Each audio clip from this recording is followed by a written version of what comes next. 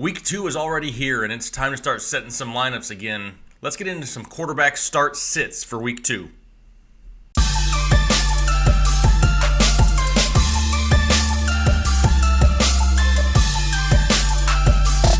Hey, what's going on, everybody? Jake, Fantasy Headliners. Hopefully everybody's doing well out there. Week 2 is here. Week 1 is over. It's done with. Never to be seen from again. And for some of us, that's a good thing. Some of us, we enjoyed Week 1. We're going to be talking some quarterbacks in this video, but I'm going to switch it up a little bit. But I want your guys' feedback if you like it this way or not. So make sure you hit me up down below in the comment section and let me know your thoughts. Last week, I gave you 3 starts and 3 sits. 6 quarterbacks for the week. But then I got to thinking, that's not enough for some of you guys. You want to know more about the quarterbacks possibly on your roster, obviously. So I'm going to switch it up this week. I'm going to go quick rapid fire through about 20 to 25 quarterbacks, give you the quick start sit designation, and a quick reason why. If you need more explanation, you can hit me up down in the comment section. Now, last week was huge. I had over 5,000 questions and comments on the YouTube videos, and I do my very best to get to all of them. Now, there are going to be times where I just can't get to you, and I apologize, but let's build this community. Let's help each other out, answer each other's questions if I can't get to it. And like I said, I'll do the best that I can week in and week out. But 5,000 was a huge number. Very cool to see, but I wasn't expecting that much. So let's get into some rapid-fire quarterback start sits here for Week 1. And then after this video is over, head over to RotoBaller. Make sure you subscribe. Week 1 of the live game day show is a hit. Can't wait for Week 2. You don't want to miss it. But for now, let's talk some quarterbacks. All right, so we're going to go a little bit rapid fire here. I'm not putting the helmet on and going crazy here for the start sit videos, but I'm going to give you a quick reason for each quarterback, and then we can expound on it later down in the comment section if we need to. These are not in any specific order. These are not the rankings for the week. This is just the order in which they are entered into the spreadsheet. So don't go out there thinking that I have somebody ranked totally crazy this week. But let's get into the list. First one on the list is Aaron Rodgers, dealing with a knee injury. He says he's going to play at the end of the game. There's already reports coming out that he's going to miss. I am sitting Aaron Rodgers this week against Minnesota. The last thing I want is to start him, have him realize he can't make it, go down early, and then I take a big fat 0 for the week. I'm sitting Aaron Rodgers. Russell Wilson is next at Chicago. Tough defense in Chicago. I get it, but Russell Wilson is like the sole person in Seattle to put up offensive numbers. They're going to be without Doug Baldwin. He's going to have to throw the ball a lot. They're not going to be able to run all over the place on Chicago, so I'm looking for guys like Brandon Marshall, Tyler Lockett, even Will Dissly, whoever he was before this past week, to put up some solid numbers because they're going to have to throw. And then you can't count out the rushing ability of Russell Wilson either, starting Russell Wilson. Tom Brady, playing at Jacksonville. Tough matchup, but if you have Tom Brady, you start Tom Brady. I don't need an explanation for that one. Cam Newton going to be at Atlanta. The rushing upside alone for Cam Newton is enough to start him. He may not put up big passing numbers, but that's fine as long as he's getting the rushing production. Cam Newton goes out there and throws more passes. It's just more opportunities for interceptions. I'm going to start Cam Newton. Deshaun Watson.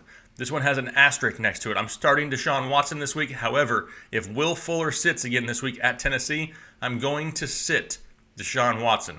I know that's a little hard to do because you probably picked him really early, but I'm not taking the risk until I can see that offense kind of turn things around. He needs more weapons. With Will Fuller not being there, everybody can just lock in on DeAndre Hopkins. Drew Brees. I'm going to start Drew Brees. Going to be at home against Cleveland. New Orleans is pissed. I mean, they just lost at home to Tampa Bay. This is a team with Super Bowl hopes, and they can't go 0-2. They're pulling out all the stops in New Orleans this week, and Drew Brees is definitely on the start list. Kirk Cousins for me is next. He's going to be a start, but also just so you guys know, if Aaron Rodgers sits for Green Bay, Kirk Cousins' upside will be limited because they could be leaning on a second half run. It's a decision you may have to make if you have a viable option on the bench. Matthew Stafford is next on the list, and as of right now, he's on the start list. We need to monitor his knee issue throughout the week. If he's limited throughout the week, he will be moved to a sit. But with those 3 receivers that he has, of Galladay, Tate, and Jones, at any moment he can put up huge numbers for your fantasy team. If he's a full go, I'm starting him. Andrew Luck is next on the list, and I saw what I needed to out of Andrew Luck last week. I did not want to start him until I saw him play a full game and take some hits. I saw the full game, I saw him take the hits, and he got back up just fine. Andrew Luck is a start this week. That run game is non-existent in Indianapolis, and the defense is porous. They're going to be giving up points, leading to more throwing. I'm starting Andrew Luck. Big Ben Roethlisberger is next on the list, and he is a start for the week going against the Kansas City Chiefs at home. They're going to be forced to throw a lot this week in Pittsburgh. I don't expect Le'Veon Bell back yet, and they're going to have to throw to keep up with that high-powered Chiefs offense. I like Ben's ability to rebound this week, and I'm starting him.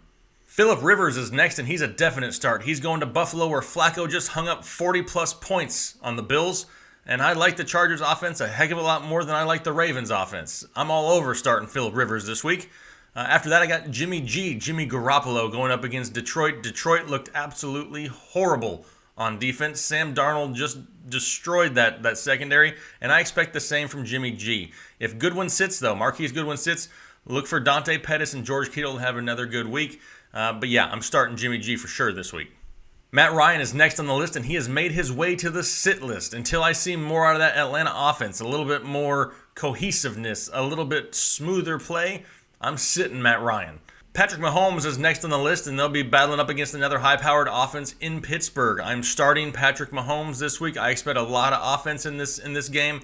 Tyreek Hill looked absolutely explosive in the first week. A little bit of disappearing act by Travis Kelce and Kareem Hunt. Is that something that stays consistent? We'll have to find out. But for right now, I'm starting Patrick Mahomes. Jared Goff is next on the list, and I'm pretty much going to have Jared Goff as a start every single week. Is he going to have huge weeks? Probably not. Something similar to what he had this week of 225 yards and a couple touchdowns every week is going to be a safe play. I'm starting Jared Goff also. Possibly the best offense overall in football? Maybe. Marcus Mariota is next on the list, and he's dealing with a elbow injury on his throwing arm. Similar to the other guys with injuries, I don't want to take that chance. I don't want to risk it with him starting, not being able to finish, and my fantasy team paying the price. I'm sitting Marcus Mariota. Alex Smith is next, and he's going to be playing the Indianapolis Colts at home. Alex Smith is similar to Jared Goff. Not going to put up huge numbers, but he's going to be consistent. One of the worst defensive secondaries in football in the Colts, and Alex Smith has plenty of weapons to use. I'm starting Alex Smith. Dak Prescott is next on the list, and they're going to be going up against the New York Giants, and I'm going to sit Dak Prescott this week. Yes, the offense didn't look great. I expect it to be turned around at some point. I don't expect huge numbers, though, out of Dak, somewhere around the vicinity of 200 passing yards, maybe a touchdown. Not a whole lot. I expect a huge dose of Ezekiel Elliott this week against the Giants. Blake Bortles is next, and they're going to be at home against the New England Patriots. And on paper, that sounds like a good matchup. They may be forced to throw a lot if they have to keep up with the high-powered Patriots offense. The problem is, we don't want Blake Bortles to throw a lot. Part of the reason the Jaguars have had success is because they've been reliant on the run and been successful at it. The issue, Leonard Fournette's banged up, has an ankle issue. TJ Yeldon may end up taking some of that time this week, something we need to monitor. But if that's the case, I'm sitting Blake Bortles. I don't want anything to do with Blake Bortles if he's out there throwing 30 to 40 times a game. Derek Carr is next on the list, and he's going to be going into Denver, which is already a tough matchup, coming off the tough matchup with the Rams, where he struggled. Yes, it's an elite defense in LA, and he gets another one here in week 2. I'm sitting Derek Carr until we can see more consistency out of that offense. And I thought the offense was supposed to be going through Amari Cooper. Where's all his truthers at right now? Mitch Trubisky is going to be next, and they're going to be playing at home against the Seattle Seahawks. And on paper, the Seahawks defense isn't that great. They played decent this past week against Denver at times, but I'm not buying Mitch Trubisky yet. He's still not there. He has a ton of weapons, and he looks good at times. It's just inconsistent, and when the pressure's on, he's not ready to step up to the plate yet. I'm sitting Mitch Trubisky this week. Andy Dalton's next on the list, and they're going to be at home against Baltimore. I want nothing to do with the Baltimore secondary this week. I expect a lot of ground and pound running. I'm sitting Andy Dalton. Eli Manning is next on the list, and they're going to be on the road in Dallas. I am starting Eli Manning this week, and bold prediction, here we go. Eli Manning finishes as a top 10 fantasy quarterback here for week 2. That Pat Shurmur-led offense didn't look horrible going up against the best defense in football in the Jacksonville Jaguars. Dallas is still a formidable defense, but nowhere near Jacksonville's level. I totally expect Odell, Shepard, Ingram, and Barkley to have a great game, and Eli Manning benefits from it. Case Keenum is last year on my list. They're going to be at home versus Oakland. I'm starting Case Keenum. He's a great streaming option if you had a quarterback that's banged up. He's probably available on your waiver wire. Hopefully, you can pick him up, play him for the week against a weak Oakland defense. Get yourself a good streaming option. All right, so those are my quarterbacks here for week 2 and whether you should start or sit them. Some of the big names, I don't know if you want to gamble on this week. Some of these guys down the list may have sneaky good weeks. Make sure you're paying attention to the waiver wire. Make sure you're watching the other shows. I got a show coming out, same format for running backs, wide receivers, and tight ends. Make sure you check that out. Really appreciate the support. Channel's still growing like crazy. Make sure you guys are liking, commenting, subscribing. I'll talk to you later. Thanks. Bye.